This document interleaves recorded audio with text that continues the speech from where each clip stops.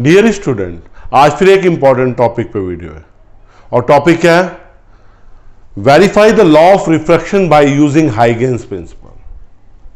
What do you mean by refraction of light? When the light passes from one medium to another medium, it deviated from its path. This phenomena is known as refraction of light. जब light रे एक medium से दूसरे medium में जाती है तो अपने पास से डेविएटेड होती है, मतलब हट जाती है. That phenomena is called refraction of light. तो इसे कैसे समझेंगे रिफ्रैक्शन ऑफ लाइट को? देखिए, ये हमारा एयर है और ये हमारी ग्लास है, राइट. एक लाइट रे इंसिडेंट हो रही है, it is coming from air. यहां पे एक नॉर्मल ड्रॉ किया, दिस एंगल इज आई. जब रे रेयर मीडियम से डेंसर मीडियम में आएगी, it bends toward the normal.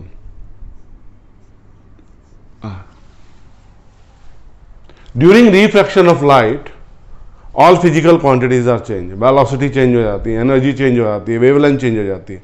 Which physical quantity remains same? That is frequency. और लॉ ऑफ रिफ्रैक्शन क्या है? ये रे क्या कहलाती है? Incident ray. Incident ray. ये क्या कहलाती है? रिफ्रैक्टेड रे. ये क्या कहलाता है? नॉर्मल. तो फर्स्ट लॉ क्या होगा? Incident ray, refracted ray and normal must lie at one point in the same plane.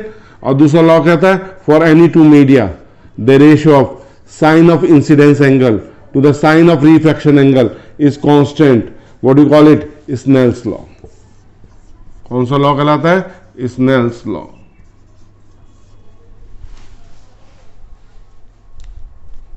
Right. तो इसी स्नेल्स लॉ को हम प्रूव करने जा रहे हैं बाय यूजिंग हाइगेन्स प्रिंसिपल.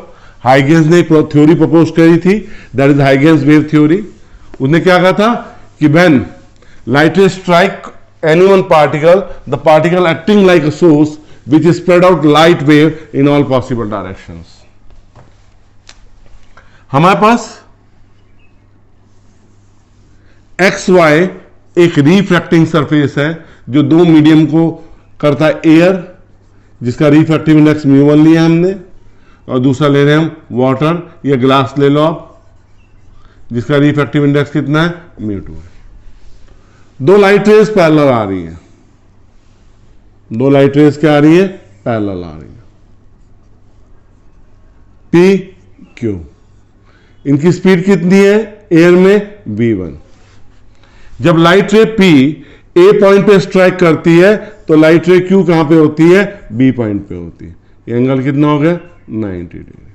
यहां पे एक नॉर्मल ड्रॉ किया, this is angle of incidence. तो ये वाला भी क्या हो जाएगा? आई हो जाएगा.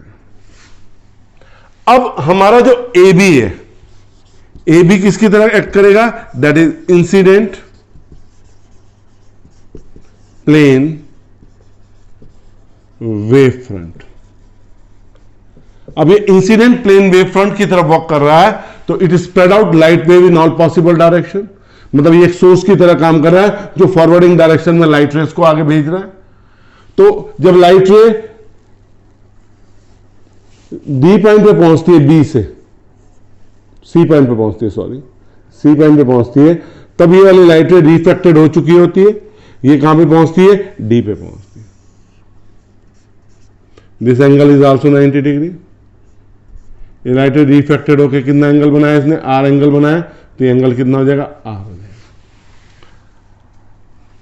इस मीडियम में ये कितनी स्पीड से जा रही है? v2 स्पीड से जा रही है. तो ए बी को कहते हैं incident plane wave front. C D को कहते हैं, C D what we call it? C D is refracted plane wave front. तो एक लाइट रे पी क्यू पैरेलल आ रही थी. P light ray A point पे इंसिडेंट हुई, Q light ray B point पे पहुंची, दोनों को ज्वाइन किया. A B act as a incident plane wave front which is spreading out light wave in all possible direction. जब light ray B से C point तक पहुंची तो लाइट रे ए से डी पॉइंट तक पहुंची. तो अब BC डिस्टेंस ज्यादा है, AD डिस्टेंस कम है। ये डिफरेंस हमने क्यों बनाया? जब लाइट रे रेयर मीडियम से डेंसर मीडियम में एंटर करती है देन इस स्पीड डिक्रीजेस, मतलब लाइट वैक्यूम में फास्टेस्ट स्पीड से ट्रेवल करती है। अब in triangle ABC sin I is equal to BC upon AC. BC is what? V1T upon AC. B से C तक लाइट रे को जाने में कितना टाइम लगता है? T। कितनी स्पीड से? V1। तो डिस्टेंस क्या हो जाएगा? Speed into time. In triangle ADC sine R, sine R क्या हो जाएगा? परपेंडिकुलर अपॉन हाइपोटेनियस, तो ये हो जाएगा AD upon AC।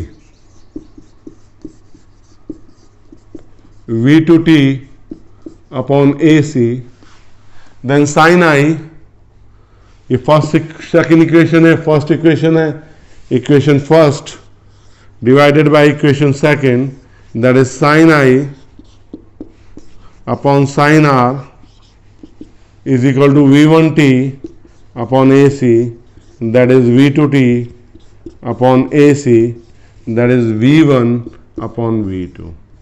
What is V1? C by mu1. What is V2? C by mu2. C2 C cancel, mu2 upon mu1. Then sin I upon sin R is equal to 1 mu2. What is this? This is Snell's law.